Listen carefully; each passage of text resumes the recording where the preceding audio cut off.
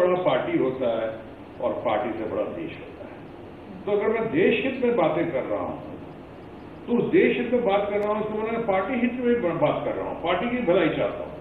देश हित में जब तक जो पार्टी में हूं, मैं आज से नहीं, शुरू से किसी पार्टी में हूं। अभी तो पहली बार और आखिरी बार अभी तक आपने भारतीय जनता पार्टी में ही मुझे देखा है।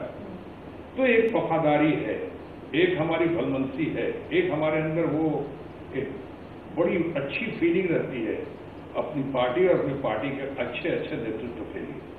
तो कई बार मुझे लगता है कि बात सही नहीं हो रही है और पार्टी में अगर वो प्लेटफॉर्म नहीं मिलता है तो फिर ये जो है चौथा स्तंभ और बहुत प्रमुख स्तंभ होता है मीडिया।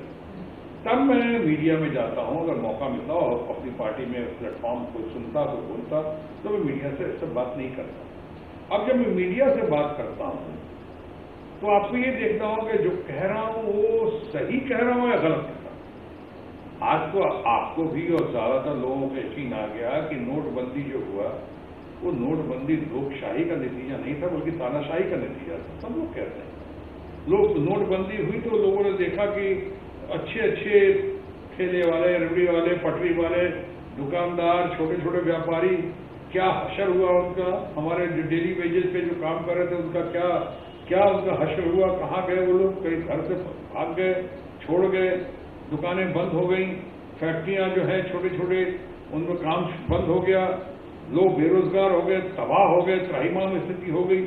नोटबंदी के बाद लोग अपने ही पैसे के लिए अपने ही गलियों में, अपने ही बैंक में लाइन लगाए, कई लोग दम तोड़ दिए, मारे गए, मरे। कितना ह्यूमिलिएशन हुआ, कितना इंसल्ट हुआ, कितनी बेइज्जती हुई, कितनी यातना सहनी पड़ी।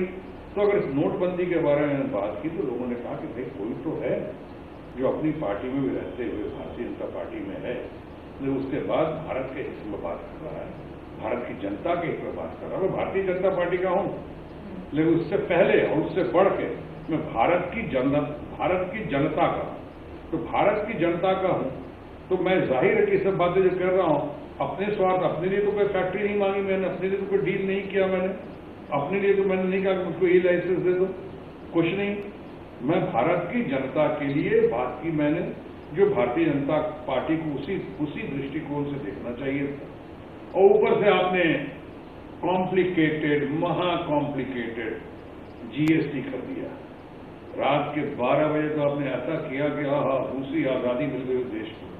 ऐसे लोग लुढ़क गए वहां रात के 12 बजे क्या कर रहे? जीएसटी 1 नेशन 1 टैक्स की बात कर रहे थे और 1 नेशन 7 टैक्स हो गया, 1 नेशन 5 टैक्स हो गया, 1 नेशन 6 टैक्स हो गया, 1 नेशन 4 टैक्स है। अब तो गिनती लोगों ने भूल।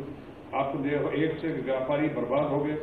कपड़े के व्यापारी अपने सबसे ज्यादा सूरत में और गुजरात में ही लोग बाजार में आ गए, लोग स्ट्राइक पे आ गए, पूरे सड़कों में मोर्चा निकल गया, उनका आंदोलन छिड़ दिया उन लोगों ने। पूरे देश में क्या हाहाकार मच गई।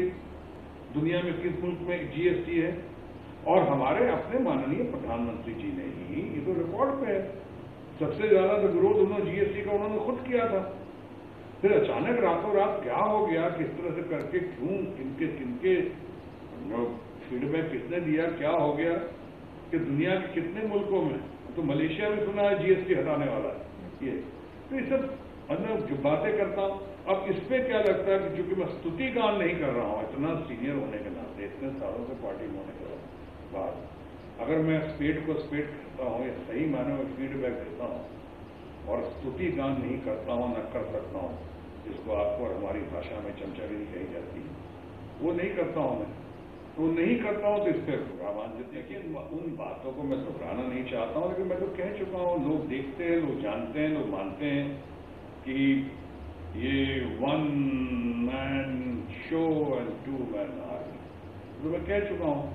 अभी कहां किससे आप बताएं ना, सारी चीजों का फैसला तो पीएमओ कर रहा है। कौन से मंत्री हैं, वो कितने काबिल हैं, वो कितना कर रहे हैं, वो कितना कर सकते हैं वो। अब ये सब बातें, लेकिन ये सब बातें फिर कहने पे कुछ लोग समझेंगे कि इस तरह की बातें कर